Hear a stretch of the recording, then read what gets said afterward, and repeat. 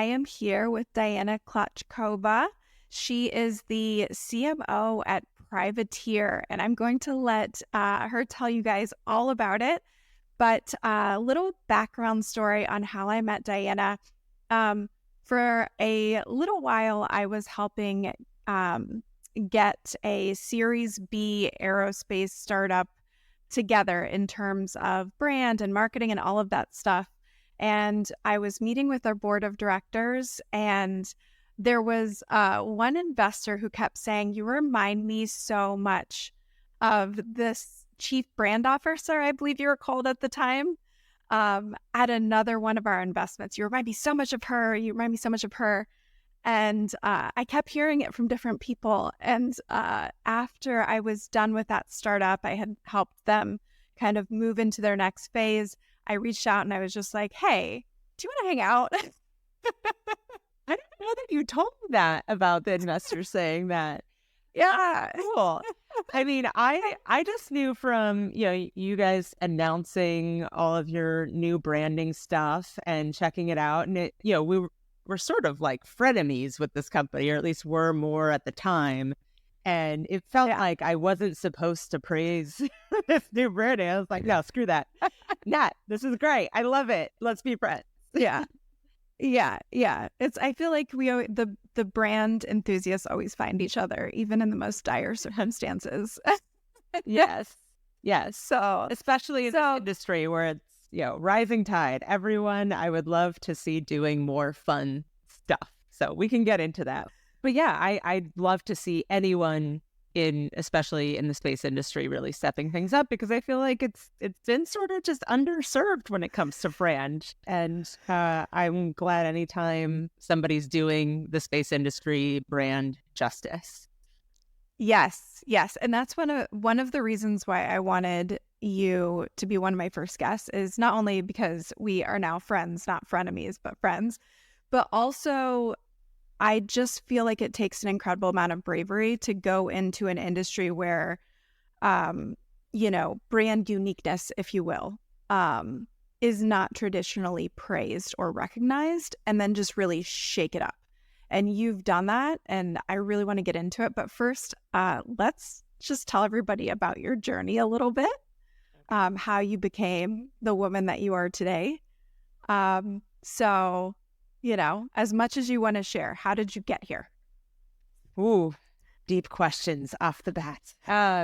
It was very much a winding journey. I think this role was never something that I was like, this is what I want to be when I grow up.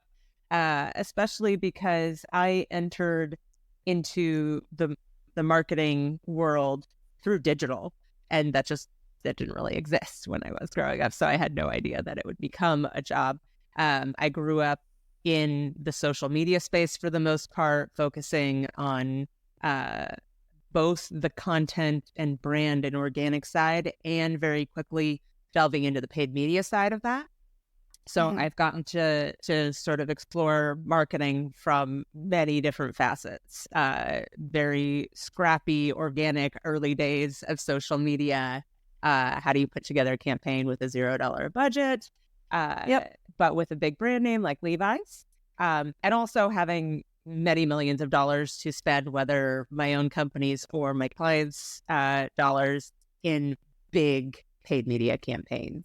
I've fortunately gotten to see a whole lot of everything. I actually started out coming out of college. I had a degree in econ, so it was just sort of like, I want to do some kind of business things. Really into sports. I interned for the Raiders in Oakland. And I was like, I really want to be a badass NFL agent. Play action fake. Right side throw. Touchdown! Kansas City! And then I worked for some, and I was like, oh, this is not my world. There's a lot of like shady shit going on here. So I escaped that, but I ended up working for a sports startup just because I was in the Bay Area. And it was initially just kind of looking to be a sort of Reddit of sports blogs, because independent sports blogs were becoming a thing. One of my interview questions was, do you know what a blog is? And my answer, wow, I think so. What year was this? What year was this? So I graduated college in '07. Okay. Summer of '07. Yeah. And it was, it was just such an inflection point. Right after that, I mean, Twitter came around. Michael Jackson died. Twitter blew up. Like all of these things just hit so fast. And I just happened to be the youngest person at the company. So it's like, here, you figure out what to do with this. I don't know. And so it was luck. It was a lot of luck just kind of being thrown into this space and figuring it out. And being able to then leverage that, because I left sports after that. And I was like, this is not for me. The approach in sports, I mean, another very male-dominated industry that's gotten much better over the years, but it's very insular, and it's very much like, if you want to work in sports, you must start out selling tickets, you must make phone calls, and then maybe we'll let you climb the ladder. And I have too much of a rebellious nature for this. Like, no, not. Yeah. And then I was actually able to come back. So I did my rounds in big brands and big agency and stuff with Levi's and Omnicom.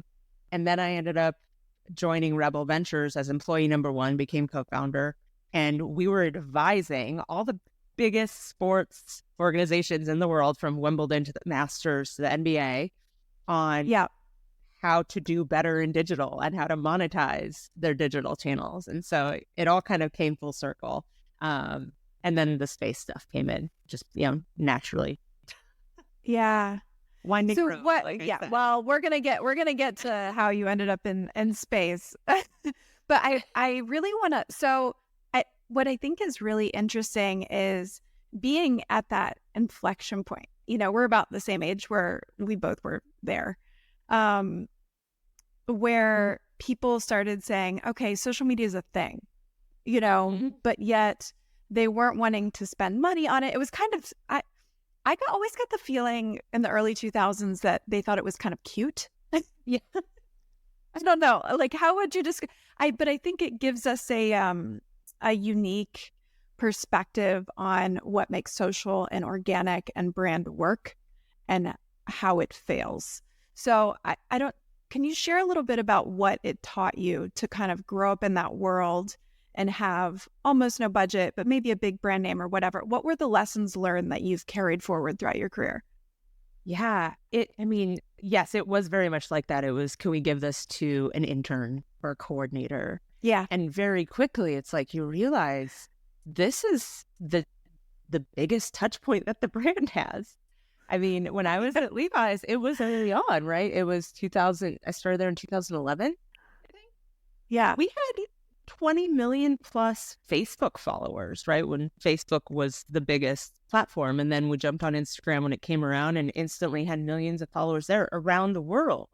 I ran a campaign that was celebrating the anniversary of Levi's with $0, but it was a UGC campaign, and like the very early days of UGC. And I asked all of our fans around the world to submit photos of themselves or the family in Levi's. It was under different themes. So it was kids in Levi's, women in Levi's, and it kind of matched up to key dates that we were hitting. And as soon as things got submitted, I would go through the comments manually, download photos, and then upload them to a photo album. Billions of impressions. $0 other than my time. And I was very underpaid. So almost $0. We all were. I was a coordinator still, I think, at that time. Yeah. So, I think I had 2 jobs in that entire era, to live. Yes.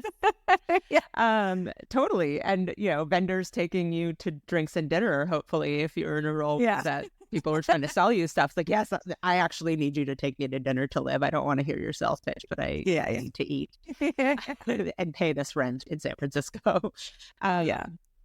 So, I mean, it really just showed me the power of this and how overlooked it was. And especially when I first joined Levi's, because I had been kind of in these scrappier startups or small businesses before. This was my first foray into big brands. It was almost like that multi-billion impression campaign. One, I didn't know how to sell my work internally yet very well. But 2, it was almost like, because they didn't spend any money on it, they didn't value it at all. Yes. And I was like, you guys are nuts. Yeah. You're missing important things here.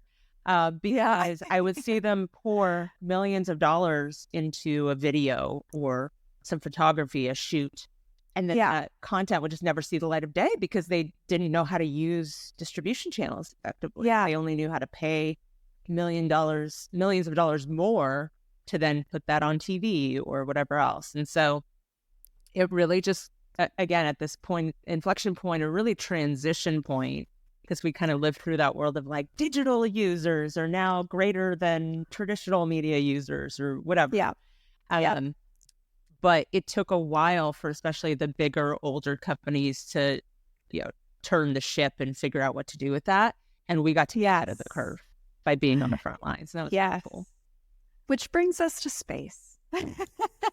Speaking of the next frontier. Well, so I think that's quite interesting for a couple reasons. So one, just to back up, because there will be founders listening to this that aren't necessarily marketeers in their day job every day. Marketeers. Yeah. I feel like we should have like little mouse ears or something. All for one. Right. Yeah. USG is user generated content. For those of you who don't know. And it's so fascinating to me because what you say, it's such a cool example of how the customer need for authenticity and real and human connection was so out there and evident. And then still it takes like these more behemoth kind of brands and companies a long time to realize and value that. Yeah. And absolutely. Yeah. And just understand how to shift their processes to be able to feed that. Yeah. Right? So it was even these little things of, we had a very talented creative team, right, that would put together imagery, and everything in retail works in seasons. And so it'd be campaigns that were being worked on 2 years ahead of time because they're designing clothes, right? Yes. And then alongside that, they're designing the creative and the look and feel of that season and whatever else. But the social team would receive like 5 images. Cool. Talk to our audience of 25 million people every day, multiple times a day across several platforms. With these 5 images. It's just, we need to change the process. This isn't how it works. And so I had to just like break down these barriers of like, I remember literally going to our creative team's floor and sitting with them and looking at all of their images that hadn't been edited and being like, let's edit this one, and just figuring out, okay, like we need to shift budget to actually getting imagery that can serve all of our channels now, because it's not just a giant banner in a store window anymore. Right. And it speaks to so many things that break down. It's like those 5 images they probably deliberated on for like 5 weeks, and there's like a sense of control. I think that you can't necessarily hold too tightly to social. I think that's like where it fails, is when you try to over curate it and over like perfect it. You know what Especially I mean? when you're getting negative feedback, right? The CEO should see a negative comment on one of the posts. Yeah, it's going to happen. It's going to happen. That's, haters going to hate. And that's how you kind of know that you're doing well, because you have a big audience that you have enough haters. Also, you have 5 negative comments, but you have 10,000 likes. So I think you're okay. And you're doing all right. You just get pulled in so many different directions, especially in those days where you're having to educate and try to get people away from the vanity metrics of how many followers do you have versus are you actually driving business results? And that, the business results piece, that's what I got really excited about as things began to evolve. It was a little bit fun to be in the Wild West of like, I have high engagement numbers. I did my job. But as a numbers person, it was very exciting for me when social and digital media evolved to a point where we could really start to get smart and understand what our impact on the business was and, justify our existence, which is hard to do. But I'm a big believer, especially as you get upstream toward more of the brand side versus the performance side. I think that's why it's important to understand how all those pieces work together and know that there is this effect coming from brand that impacts everything else downstream. Yeah. And that's incredibly hard, I think, for almost every marketing leader everywhere, right? Still. I mean, there are things that we know based on intuition and interaction with people. And I think the best marketers are incredibly good with people and incredibly empathetic and kind of like mini psychologists. Therapists? But you have to then, you have to then connect that with the business results that you're trying to create and then, ladder the two together. Before we get too far into that, I want to transition a little bit. I know. No. This is amazing. This is amazing. I love it. I want to transition a little bit. So talking about these impressions, this relationship, especially as someone who lived through the inflection point where these relationships were becoming more authentic and deeper via social and digital platforms, especially. How would you define the term brand today and its importance to a business, a thriving business? Yeah, that is a very deep and complex question. And obviously, my perspective on that, as any perspective is biased, right? Yeah. But from what I just talked about, as far as being on those front lines of day-to-day interaction with your audience, that is really where brand comes to life, is who is your company. And you have a strong brand when you can see consistency in its personality, its identity, in how a social media manager might respond to someone in an Instagram comment, and how your storefront might look, and how you present yourself on your website or at a conference or whatever it might be. When there's a strong sense of identity, that's really what brand is. And it's very analogous to who someone is as a person, right? You might shift how you act or how you talk depending on the context, because that's just necessary in life, and depending on who you're talking to, right? I probably shouldn't say UGC if people who aren't in marketing are listening. But I would like to think that people still consider me a kind of authentic, singular personality, right? That I carry a thread through who I am in each context, and no matter who I'm interacting with and in what way. So that's something important to realize too, is we talk about engagement and how important that is with our audience and the need for connection with the brand and all of that. At the same time, people will very quickly fall down this path of, because our brand is what's most important to me, it's also what's most important to our audience. And hell it is. They have so many inputs, so many things going on, they will scroll right past you. And so being conscious of that's really the majority of your audience. And when you have one split second of their time, what's the impression that you leave? I guess that's where I'm heading. The impression that you leave on the interact with your brand, that's what your brand is. Yeah. It's interesting to me. Do you think your customer will relate to your brand the way that we relate to other people? In some ways, I think, in the sense that, again, that impression that a brand or a person leaves on you. Said a Maya Angelou quote about people won't remember how much you made, whatever, but how you made them feel. Yes. I think that a good brand gives you a feeling immediately. And we all point to the big ones all the time. But I think we also have our smaller brands that we all love. And it's like, how does this product or even just the personality of this brand impact my life? I might not even buy a product from them ever. I've never purchased anything from SpaceX, but I have feelings about SpaceX as a brand. And so it's really about the impact of that interaction, whatever it might be. Yeah. A brand is how a company makes you feel. It's brilliant. Brilliant. So you heard it from Diana, guys. The next time someone asks you, I think it's brilliant. I've actually never explained it that way, and it's great. Neither have I. Just real time. This is what happens when we get together. We should hang out all the time. We should. Yeah. In person at some point. I know. That's the thing, is that friend. I know. It's like pen pals back in the day. Yeah, exactly. Okay, let's get back to you and your journey.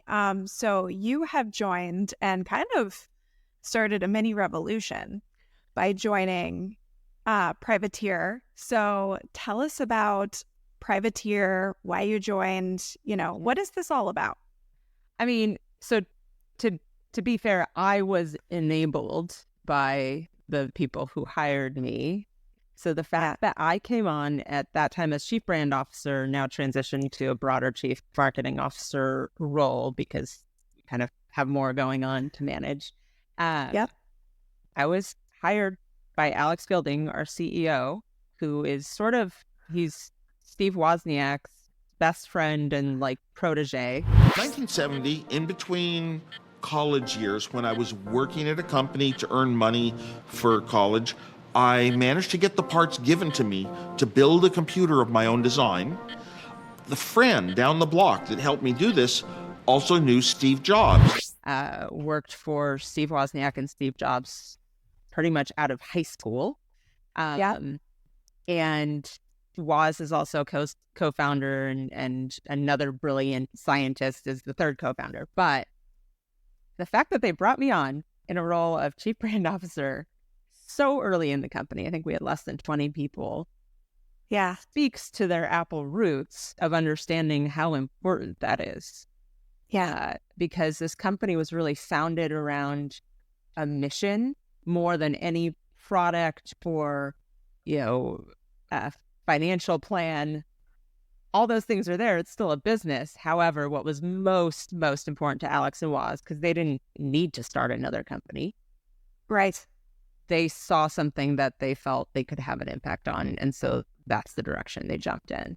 And everybody was sort of like, this company hasn't even really revealed what it's doing. How do they have a chief brand officer? And it really started with, this kind of goes back to more of my winding road.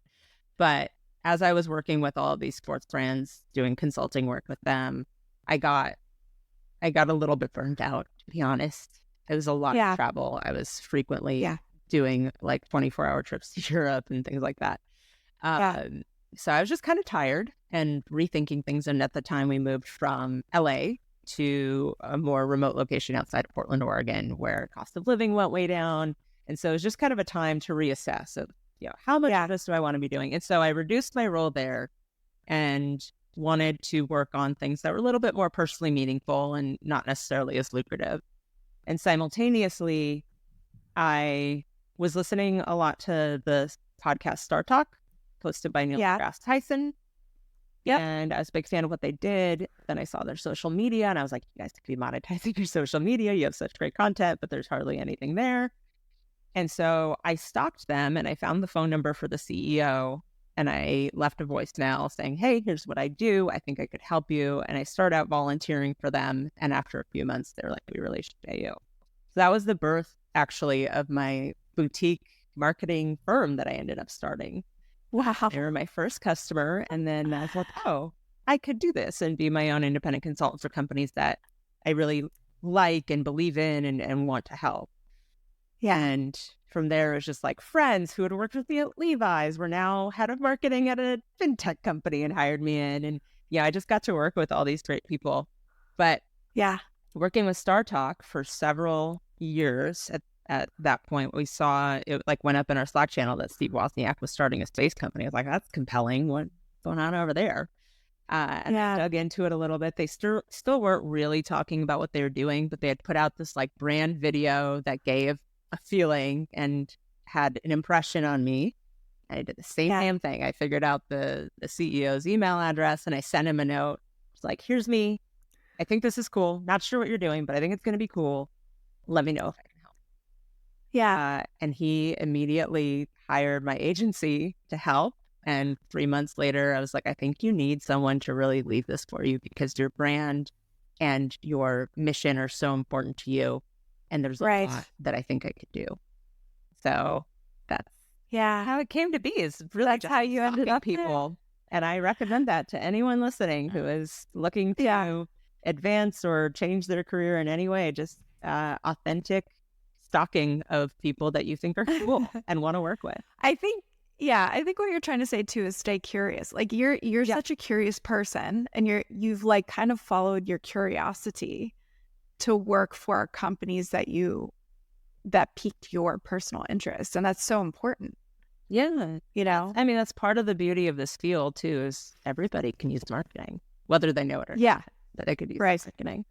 And Yeah. so that's something that I really, really love about this field, is applying it to various industries, because I worked B2B, B2C, auto, jeans, just Yeah. anything and everything. And the same principles apply, though, of course, you have to really understand the nuance and context. And there was a lot of that starting out with space. And I still feel like such a newbie and like I have so much to learn. But there are Yeah. many late nights of just down rabbit holes of what is the ITU? just, how does this work? And try to, catch up on all the acronyms everybody was throwing into conversation. So, let's unpack a couple of things from that journey before we move on, because I think it's really important to founders listening to this. I think for me personally, one of the biggest mistakes I see is a company waiting until their Series B or C to even think about hiring a marketing person or considering their brand or mission, which to me is absolutely crazy. So you kind of walked into a good scenario where they were very mission driven already, and they understood brand because they had an Apple background, obviously. How do you feel about that? Like, when do you think startups should hire or consider brand and marketing? When they're starting the company. And Yes. the thing is, that doesn't mean bringing on a C-level marketer, right? That's, again, our team is very unique. But it does mean considering it, and especially in a post-COVID remote work world, there are so many fantastic professionals who are very experienced who have gone freelance. Get partial help, right? Fractional help.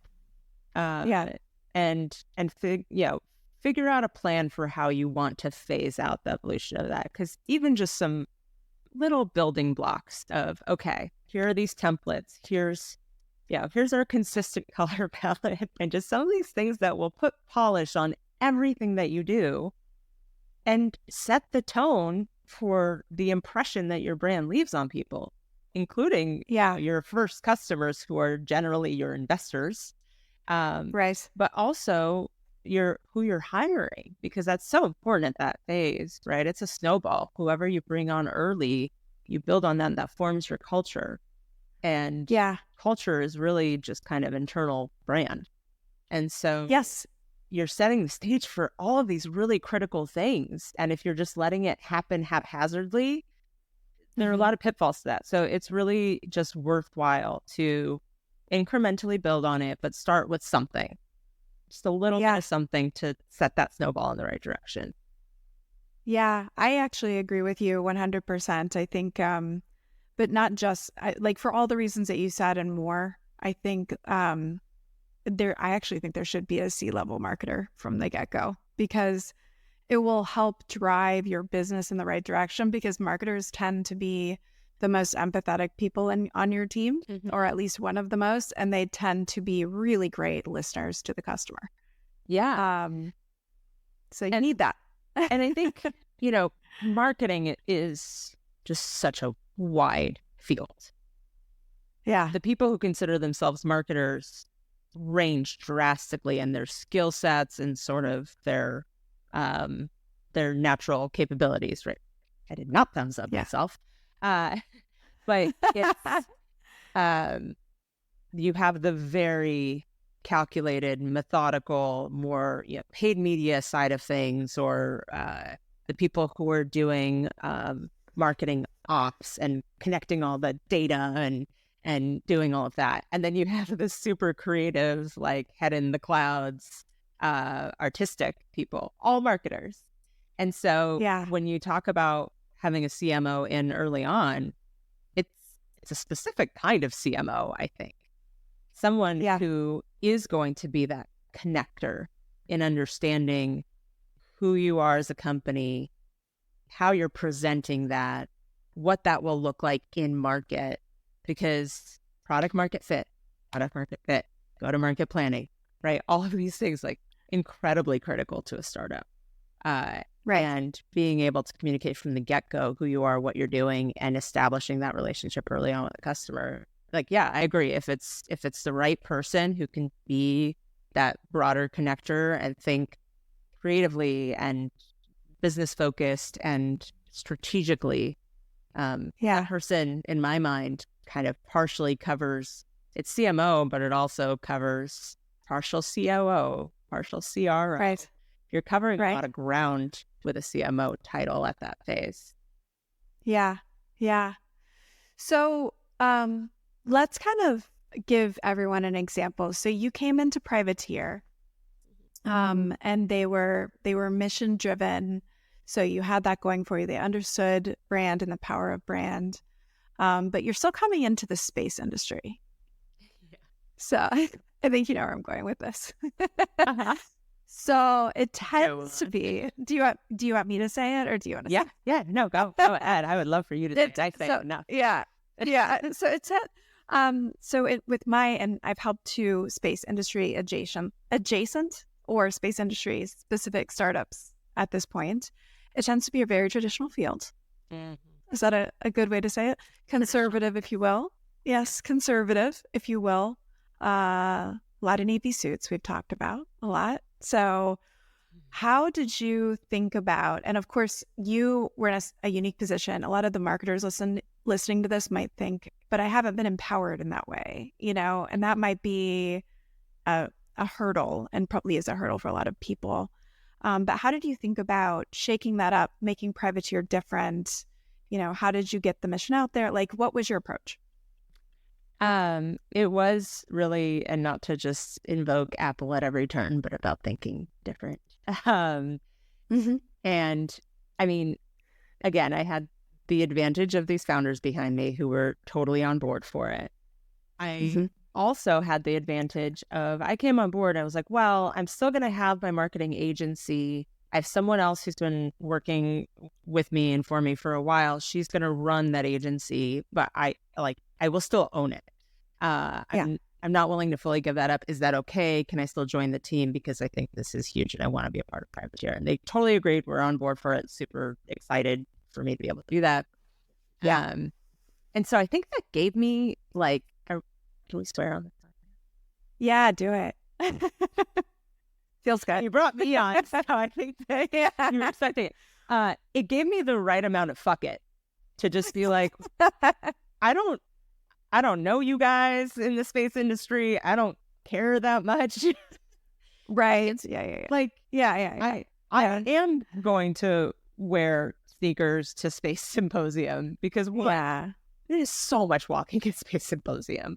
But two, like, I was in true kind of shock when I first pulled up to Space Symposium and saw just how old white male blue suit dominated it was, how homogenous. Yeah. And again, I've worked in a lot of male dominated industries in sports, and I've never felt like that much of a sore thumb because it wasn't just gender and it wasn't just ethnicity, and it was just like, I am so different from the people here in my experience and background and everything. And I again, maybe it's partially my age too. Like, I'm just kind of getting to that point where I'm me and I know what I bring to the table and I don't care. So I'm going to try to do what I think is good. And it's not in an affront to anyone else, but it's just what I believe in. And so that's what I came in and did. And at every kind of key milestone, we would look at the work we were developing and just be like, does this look the same as everyone else? And the answer had to be no. Like, would anyone else do right? We had to be different. And quirky was kind of the word that I used a lot when I was initially with our creative director presenting kind of mood boards and things to Waz and Alex and Morva. It was, we have this safe tech direction that looks cool. It looks kind of safe, techy and cool. But we have this quirky thing over here with lots of colors. Yeah. All of you. And let's do it. And so that just sort of became our motto of just like, shake shit up. Let's shake shit up. And and not be afraid to be a little bit provocative. Again, not offensive, but provocative. And that is part of the character of each co-founders. Well, and the cool thing is you guys aren't adversarial just for adversarial's sake. No. And that's why that, your post that I wrote early on was sort of like, it wasn't like, the space industry sucks at brand and marketing. You guys all suck and we're great. It was like, guys, let's have some fun together. And that's why when we saw you guys put out, even though, and it was right before we were about to reveal our new branding. Oh, damn it. Solar Thunder. But it was nothing other than happy for you guys because like, yes, this is what we need more of. I want some merch that looks cool. And so, I mean, it's not adversarial at all. It's just, there's huge opportunity here. Space is cool. And that's kind of like, I came into Space Symposium and other things like, you guys aware that space is really cool? Because I don't think you are. It doesn't feel like you feel space is cool. And let's see if you're cooler than you think you are. Right. And I guess that internally everybody feels like space is cool. That's why they work in the industry. Everyone in this industry, it's such a great community. People are passionate about it. But I think just by nature of, space growing up as a government thing and the different sort of entities involved and the stakeholders, it has been very reserved, conservative. And I'm excited for this inflection point that I feel like I get to be a part of, like one more time, just like in my early career. I think commercial space and that starting to come up is changing that. That's really exciting. Yeah, that's so cool. There's a couple of things that I find really cool there. One is like, you're just talking about being unafraid. You know what I mean? Like, so you're like completely unafraid. You're like, you know what? I'm going to do what I know is right. What I've learned from these other. Acting like I'm completely unafraid. I have anxiety. I'm afraid of everything. I'm always terrified. That's all right. And yet, I am curious though, like you said, and I get really excited about things. I like to solve problems and see my work come to life. And so that has to outweigh the fear, I think, of like the possibility of what we can do. There's a really great book that's called Quiet. That's just about introversion and sort of what's known from studies on introversion. And it's a book that is meant for introverts and the people who love them, I think, is kind of how she presents it, of just really understanding, depending on where you are on that introversion extroversion spectrum, like how you operate and what unique advantages you bring. And she talks a lot about how, the introverts who have to act like extroverts sometimes, the right way to do that is for things that are worth it to you, to expend that energy that's really hard for you to kind of get riled up, that you authentically care about. And that's kind of me, is like, I am very much an introvert, but I just get excited enough about things to act like an extrovert. Yeah. I wonder if all creatives were like introverts to begin with. You know what I mean? Maybe. If we all just had to pretend, like figure out. I don't even consider myself a creative. You were like, so creative and science girl. And I was always jealous of people who were like very creative or very much engineers. I was math and science, but then I was just like, I don't want to do that equation. I'm not as deep into it as others. And now I've again, in my advanced age, have learned to see that as an advantage of I can actually help connect those dots. And that's what's really interesting to me, is how do we not have creative things living on their own and tactical, strategic things living on their own? How do you actually weave those together? Yeah. Cool. Very cool. I love this. I want to talk a little bit about ROI.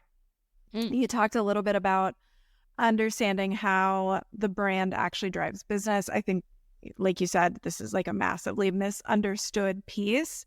I'm going to throw a couple of things that I hear out there all the time out there for you to respond to, because I know it's on the minds of marketers and founders and startup leaders everywhere.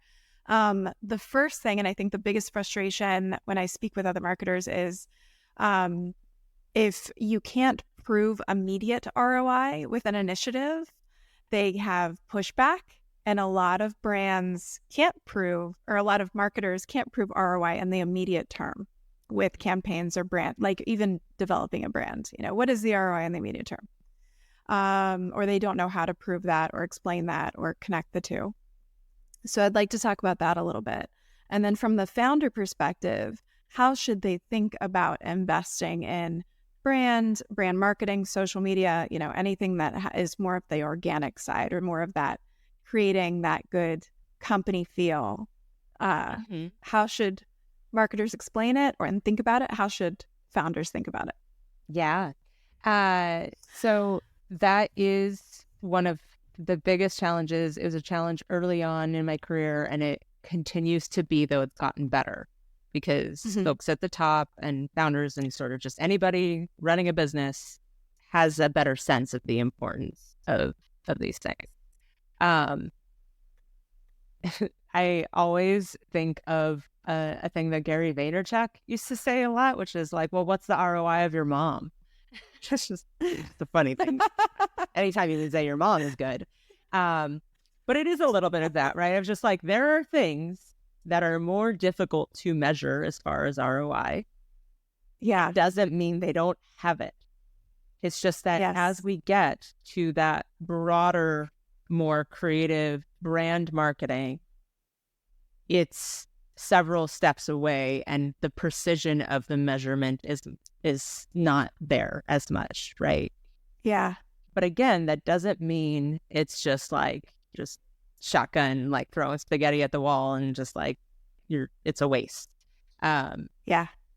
It's really about what is the right approach to understanding the ROI at different kind of stages of the funnel. So if you're looking more on the brand side, having the broader strategic framework of here's who we want to see us, here's how we want to affect them, and here's how we think that will affect our business. That is critical. And oftentimes it doesn't exist. It's much more about, what do we think is cool? Let's put it out there. So that, I mean, I would say that side has just as much of an issue with not being strategic enough as on the opposite end of the spectrum, you have all kinds of issues with over measurement. So as a very specific example, because numbers do lie, depending on how you present them, how you manipulate them. I worked with an NBA team. What a pass there by Luka to a wide open BJ Washington. Irving on the fly with a three, perfect. One of the bigger brands in the NBA. They were running meta ads to sell tickets. Okay. And they even had a published case study in partnership with Facebook about the incredible success, the high ROI that they were seeing with driving ticket sales. Yeah. I was like, okay, cool, you guys, let me take a look at your account. And what I found was that they were targeting their biggest fans over and over and over again, who are people that are already going to buy your tickets. Right. Right. Measuring incremental sales. They were taking credit for sales because they just happened to pop up on Facebook when those people were on Facebook, who are their biggest fans. Yeah. And it's just like, this is why thinking across the funnel and being really considerate of how you're thinking about ROI and not letting numbers lie to you, and not letting a lack of numbers prevent you from using logic to fill in gaps and really understand how things are all working together. There's also, I see a big pitfall in this when we are running kind of more brand-focused paid media for a company. Inevitably, especially with B2B, inevitably, you will see, we want this campaign, we have this new branding, or, we really want people to be more aware of us and whatever, or we're launching a new product and there's a campaign to just get the word out there. Great. Yeah. You build a campaign that's focused on awareness. It's not like we're spreading it far and wide, but we're spreading it far and wide with their key audience. And Yeah. we, at this stage in the game, just want them to be able to like click over and learn more, or open up a thing and learn more. Right. And as the campaign goes on, inevitably word gets passed down from the top somewhere that, but where are the leads? Where are the sales? Yeah. Yeah. It's like, well, that's phase 2. There's a lag time, buddy. Like, you don't have your salespeople running into people's offices being like, hey, I'm the salesperson from such and such. Here's the contract. Want to sign? And it's just like, that's not how it works. And it's not how it works within one. So trying to bring the entire funnel and shove conversion, whatever your version of conversion might be for your business, trying to shove it everywhere as a means to prove ROI will actually completely shoot your marketing efforts in the foot. And so being thoughtful about, again, the bigger picture, how it all fits together and how you measure the ROI cohesively across those efforts is what's really important, because each piece on its own doesn't do shit. Yeah. Yeah. It's interesting. I think maybe this is because I was like single until I was 34. Like I didn't meet my husband until I was 34. But I always try to relate it back to dating for people. It's like, would you ask someone to marry you right away? Would you like walk up to they'd be like, creep, go away. Yeah. But like, did this action get you to the next step in your relationship? Like, that's how I think about ROI, is there's a lot of steps in the relationship, or brand ROI at least. And each interaction should get you to the next step, should deepen that relationship a little bit more until they're a customer. And what, I had kind of some tricks up my sleeve that I used to put into action to really be able to illustrate some of that and use numbers to illustrate it. So again, you might not be able to show ROI because measurement is very tricky and attribution is very tricky, right? But I would do things like saying, okay, we're going to run these paid ad campaigns. And I'm so grateful for my experience in paid social, because it's just running psychological experiments on your audience all day long. It's so great. But I would say we're going to take one group and we're going to show them this video and have them engage with you and just understand who you are a little bit and warm them up. And then we're going to retarget the people who actually watched a decent amount of your video with this message. And then we're going to hit the people who clicked on that with more of a conversion message, right? So here's this kind of domino version. And then we're going to take this other audience. We're just going to like try to sell them stuff. We're going to do 50% off. Here's your free trial, whatever it may be. And time again, you see the discrepancy in the numbers, right? Of the slowly hand-holding, walking them down the path versus just throwing something in front of them they're going to ignore and scroll past because they have no idea who you are or what you do.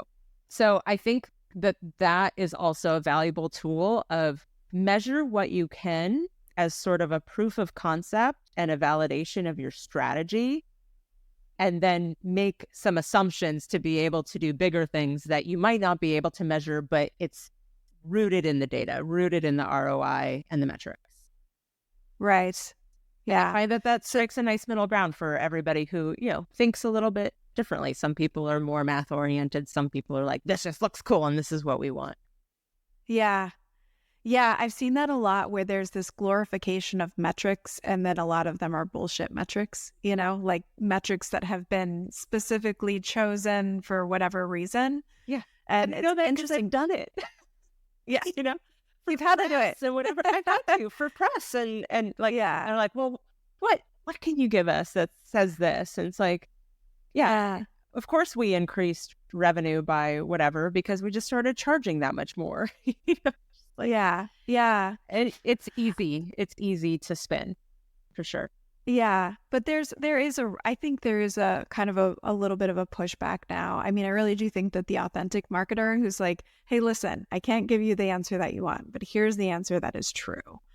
I do think that I think it's the tide is turning again. Maybe that's just hopeful thinking. It has to be a balance. I get equally frustrated when the pendulum swings in either direction, right? Right. Creative with no purpose and no strategy pisses me off just as much as just trying to drive conversion without creative. Ooh, I have a really good example of that one. Yes, please. one of my clients when I was at Omnicom was a big financial, not like fintech, but like old school financial company. Yes. And they were just starting to do social media and paid media really of any kind. And they were lovely people in the Midwest, just sort of like trying to catch up to what other brands were doing. And they had, in this very like financial mindset, been like, great, we're going to allocate money towards paid social media and hit these audiences. And they got that part of it. They didn't invest anything in creative to go with it. And they were doing a lot of content marketing. They had blog posts, and this was meant to target financial advisors because they were onboarding, trying to get new financial advisors into their system. And I'm on the phone with their VP or EVP or whatever of marketing, or I don't even remember his title. And they've sent me this blog post to promote. I'm like, we need an image to go with it. And this was, he certainly didn't have AI generated imagery. It was a lot harder to source imagery, even stock imagery. Right. And he goes, can you just like make something in PowerPoint that's just a white background with a question mark? Because that somehow fit the title of the content. And I was like, you guys are putting so much money to developing the content, to promoting the content. And the image is largely responsible for whether or not anybody will see that content. Capture their attention for them to actually click. And I was just like, I can't believe I'm listening to these words coming out of this man's mouth right now. Like, yes, I can, but that's not what you should do.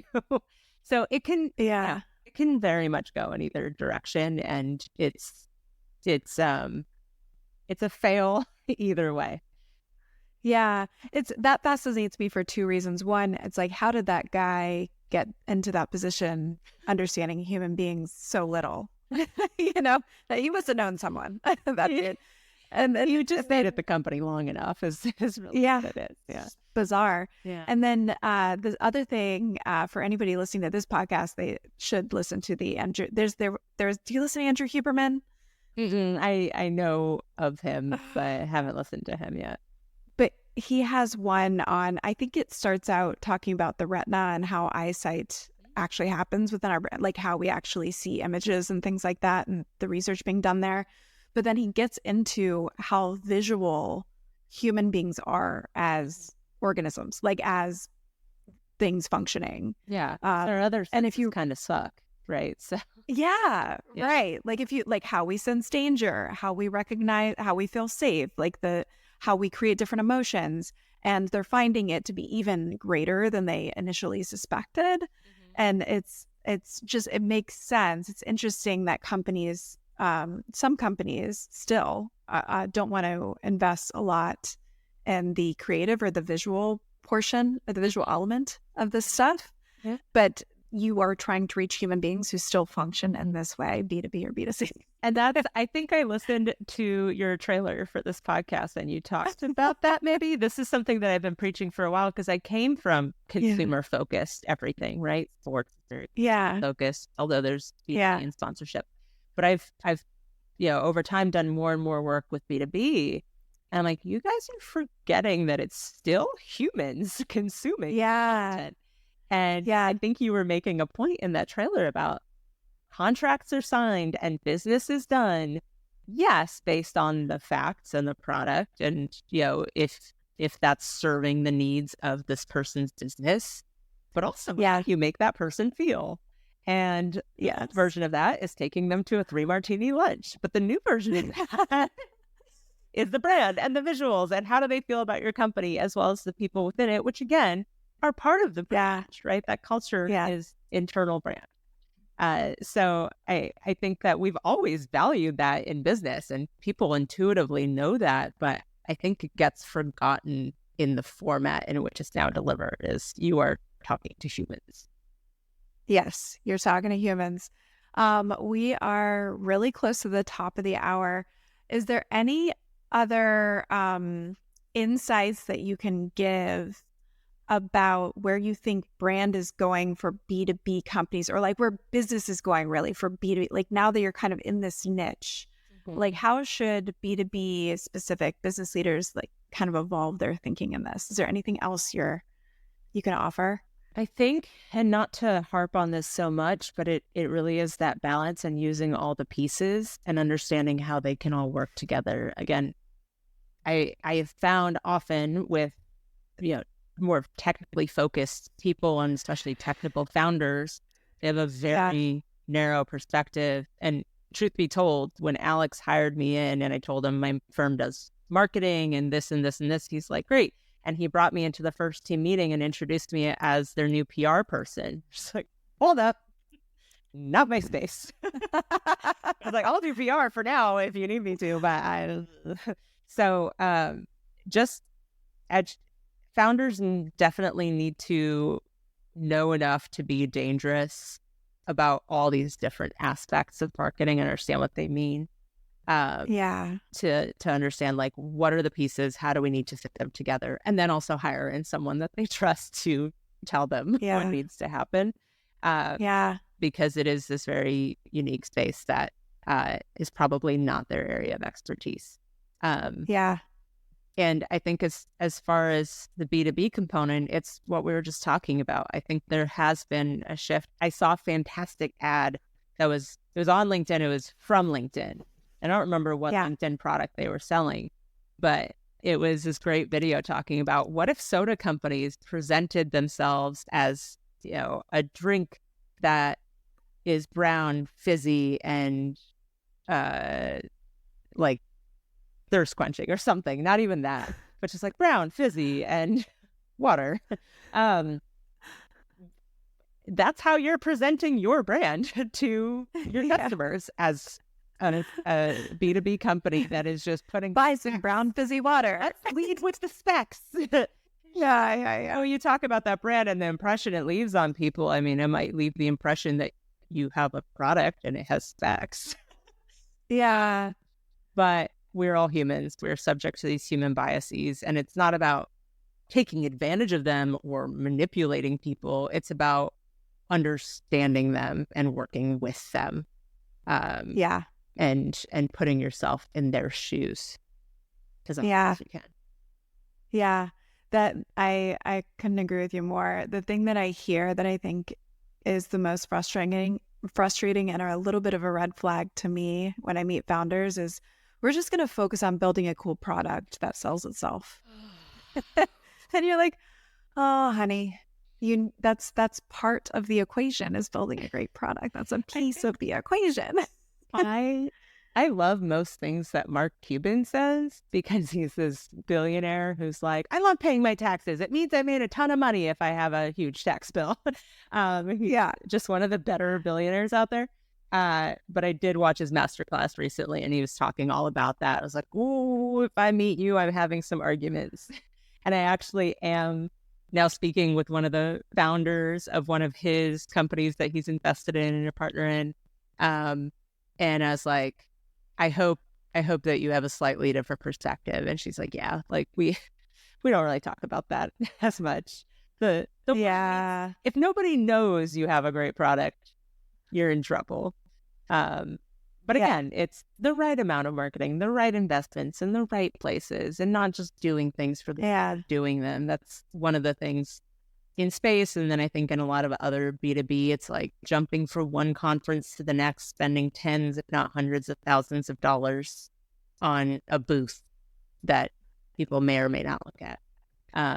There are smarter ways to do things with higher impact. Oh, I just got chills at the word booth. So before we let you go, so many booths. Before we let you go, taking a page from Ezra Klein, who I listen to every day, what are 3 books, movies, or podcasts that you would recommend to the audience on any subject? Doesn't have to be brand, doesn't have to be market, anything. I mean, I'm going to do like a separate honorable mention for Star Talk. Go listen to Star Talk. Still work with them. They're fantastic. On wherever you consume your podcast, YouTube channel, now available on Pluto TV, which is free, live streaming as a Star Talk channel 24/7. So I have to do that.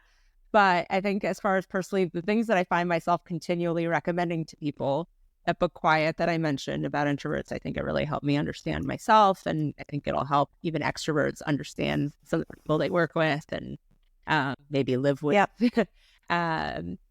The book Invisible Women.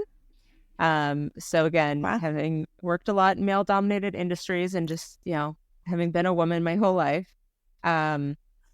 this is a book that's sort of a meta-analysis of a lot of studies that shows how women are basically, by being underrepresented in all of the data that we use for all kinds of things in our society, women are at a disadvantage. So everything from crash test dummies were shaped like men up until like a couple of years ago. And therefore, women were something like 17% more likely to die in car accidents across the board. It's just very jarring, and it's also reaffirming of, I think, something that women feel on a day-to-day basis, and we can't quite put our fingers on it. This book really showcases some examples where it's like, wow, like in all of these little ways, things are just built around men. And again, it's not in this adversarial way. It's kind of the product of the underlying data that we use that traditionally comes from the standard male rather than including the other half of the population. So I love that book. I'm always recommending it. And then the economics podcast, I love. It is nice. I nerd out on economics and behavioral economics a lot still. It's, again, like I like this quantifying of human behavior. And they always just have really interesting and insightful things on economics, as well as they just started the economics of everyday things, which is a little bit more bite-sized and just kind of like, why is dental insurance stupid? It's just these really cool things that, from then on, you're just mentioning in conversation all the time because it comes up in your everyday life, and it's really interesting. Yeah, I'm triggered by the dental insurance thing as well. Go listen to that episode. Oh, man. Really piss you off. I know. Yeah, no, I don't. This is going to be, I'm going to go take a walk in the sunshine instead. Well, Diana, thank you so much. So many amazing things to think about as far as the way we think about brand, the way we measure brand, being unafraid, and just your journey. It's really great to hear about. So thank you so much for being on the podcast. And let's hang out in person next time. Yes, let's do it. Let's do it. And thank you so much for having me on. Congrats on launching this. I think it's going to be so great. And the being unafraid, I think we can only really do when we support each other. And so it's really great to have people like you in my orbit to be able to cheer each other on and just, even when we are scared, be each other's safety net. Yeah. What else are we going to do?